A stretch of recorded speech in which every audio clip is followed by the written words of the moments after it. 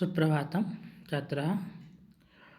अद्य अष्टमीकक्षायाः तृतीयपाठः डीजेभारतस्य तृतीय अध्यायः पठामः। प्रथमतया वयं पठितं यत् मनुष्यस्य आवश्यकता समयानुसार परिवर्तनं भवति। मनुष्य की आवश्यकता समय के साथ परिवर्तन होता रहता है। पहले जो मनुष्य ज्ञान आहरण करता था मौखिक रूप से, उसके बाद कागज और कलम का आविष्कार हुआ, फिर टाइपराइटर का आविष्कार हुआ और बाद में अभी कंप्यूटर युग चल रहा है। अभी क्या हो रहा है कि जो आदान प्रदान का माध्यम, अभी पैसे ना देकर अभी हम कार्ड के माध्यम से स्वीप कर सकते हैं या ई बैंकिंग या ऐप्स के माध्यम से। जैसे हॉस्पिटल में जाना है तो आप ई बैंकिंग के माध्यम से आपका पैसा ही दे सकते हैं। तो नेक्स्ट पढ़ते हैं अभी। तद्दिनं नातिदूरं यदा वयं हस्ते एकमात्र चलदूरभाषायन्त्रम् आदाय सर्वाणि कार्याणि साधयितुं समर्थाः भविष्यामः। तद्दिनं, वो दिन, नातिदूरं, नहीं दूर नहीं है, यदा जब, वयं हस्ते, हमारा हाथ में, एकमात्र चलदूरभाषायन्त्रम् आदाय, चलदूरभाषायंत्र आदाय, जो चलयंत्र मोबाइल के माध्यम से, मोबाइल को लेकर सर्वाणि कार्याणि, सभी काम, साधयितुं, समर्थः भविष्यामः, सारे काम मोबाइल के माध्यम से कर सकेंगे। चलदूरभाषायंत्र को व मोबाइल को हम लेकर सारा काम कर सकते हैं। वस्त्रपुटके रूप्यकाणाम् आवश्यकता न भविष्यति। वस्त्रपुटके मतलब हमारे पॉकेट में, रूप्यकाणाम्, पैसों का आवश्यकता न भविष्यति, मतलब पैसे का आवश्यकता ही न होगा। जो थोड़ा बहुत भी हम अभी पैसे का उपयोग कर रहे हैं, उसके बाद और भी पैसे कुछ भी दरकार नहीं होगा। पासबुक, चेकबुक इत्यादि आवश्यकता न भविष्यति। पासबुक और चेकबुक का भी, ऐसे जो चीज़ें हैं उनका भी आवश्यकता नहीं होगा। पठनार्थं पुस्तकानां समाचारपत्राणाम् अनिवार्यता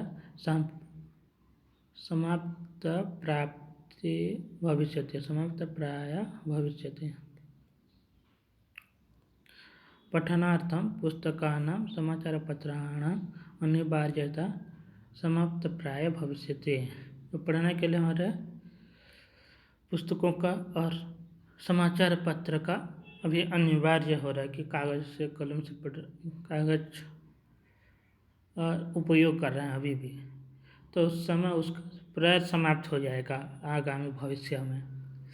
लेखनार्थम अभ्यासपुस्तिकायाः कागजस्य वा नूतनज्ञानान्वेषणार्थं शब्दकोशस्य अपि आवश्यकता न भविष्यति। तो लिखने के लिए अभ्यास पुस्तिका, कॉपी और कागजस्य वा, और कागज का, नूतन ज्ञान अन्वेषणार्थं, नया ज्ञान खोजने के लिए, या हम जो रिसर्च करते हैं तो शब्दकोशस्य आवश्यकता न भविष्यति। तो उस समय हमें कोई नया शब्दकोश का भी आवश्यकता नहीं होता है। जैसे साइंस के लिए एक नया शब्दकोश होता है, इंग्लिश के लिए शब्दकोश, सभी भाषा के लिए शब्दकोश होता है, उसी तरह उसमें भी और शब्दकोश का आवश्यकता ही नहीं होगा। अपरिचित मार्गस्य ज्ञानार्थं मार्गदर्शकस्य मानचित्रस्य आवश्यकता अनुभूतिः अपि न भविष्यति।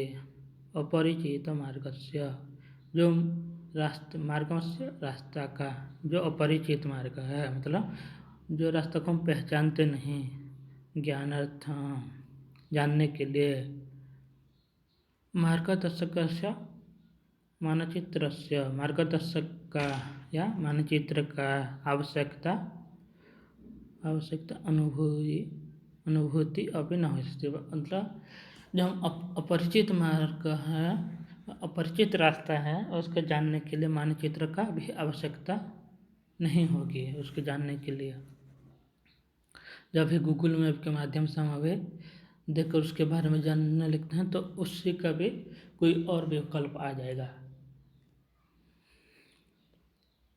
एतत् सर्वम एकेन अपि यंत्रेण कर्तुं शक्यते। ये सारे एक यंत्र के माध्यम से कर सकेंगे। शाकादिक्रियार्थं फलादिक्रियार्थं विश्रामगृहेषु कक्ष्यं सुनिश्चितं कर्तुं चिकित्सालये शुल्कं प्रदातुं विद्यालये महाविद्यालये चापि शुल्कं प्रदातुं किं बहुनां दानम् अपि दातुं चलदूरभाषायंत्रेणमेव अलम्। क्या कहा जा रहा है यहाँ पर? शाकादि मतलब सब्जी खरीदने के लिए फल खरीदने के लिए विश्राम गृहेषु कक्ष्यम जो हम होटल में बैठा रहेंगे या कोई यहाँ पर भी विश्राम के लिए जो जाते हैं तो वहाँ पर जो हाउस रेंट पर लेते हैं उसके सुनिश्चित करने के लिए चिकित्सालय शुल्क प्रदातुं मतलब हॉस्पिटल में पैसे प्रदान करने के लिए विद्यालय महाविद्यालय शुल्क प्रदान विद्यालय और महाविद्यालय में हमारे फीस प्रदान करने के लिए किं बहुना दानम अपि दातुं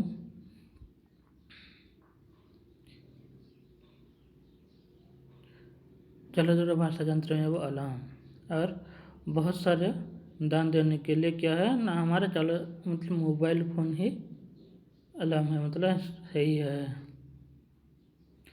डिजि भारत इति अस्यां दिशि वयं भारतीयाः द्रुतगत्या अग्रसरामः। डिजि भारत इति मतलब डिजि भारत जो शब्द है अस्यां दिशि मतलब यह दिशा में वयं हम लोग भारतीय मतलब हम भारतवासी द्रुत गति से अग्रसर हैं। तो इसका मतलब है डिजि भारत कि हम सब कुछ एक मोबाइल फ़ोन के माध्यम से भी कर रहे हैं। फिर आगे जाकर और एक ऐसा यंत्र आएगा कि सिर्फ सब कुछ ऑनलाइन हो जाएगा। तो हम उसी दिशा में अग्रसर हो रहे हैं, तो उसको कहते हैं डिजि भारत। कुछ शब्द है जो यहाँ पर योग्यता विस्तार के लिए दिया गया है, जैसे कि ज्ञातुम इच्छा जिज्ञासा जानने की इच्छा, कर्तुम इच्छा चिकित्सा करने की इच्छा, पातुम इच्छा पिपासा पीने की इच्छा, वक्तुम इच्छा बुभुक्षा खाने की इच्छा, जीवितुम इच्छा जीविसा, गंतुम इच्छा जिगमिसा जीवितुम इच्छा जिजीविसा जीने की इच्छा। उसी तरह तुमुन प्रत्यय में तुम लास्ट से इसमें बच जाता है, तो यह प्रत्यय के लिए अर्थ में प्रयुक्त होता है। जैसे क्रू प्लस तुम कर्तुम करने के लिए, दा प्लस तुम धातुम, अभी लास्ट में हम पढ़ रहे थे ना कार्यार्थम, ऐसे तो दान करने के लिए, खाद प्लस तुम खादितुम खाने के लिए, पट प्लस तुम पठितुम पढ़ने के लिए, लिख प्लस तुम लिखितुम लिखने के लिए, गम प्लस तुम गंतुम जाने के लिए। तो ये सारे आपको याद करना पड़ेगा।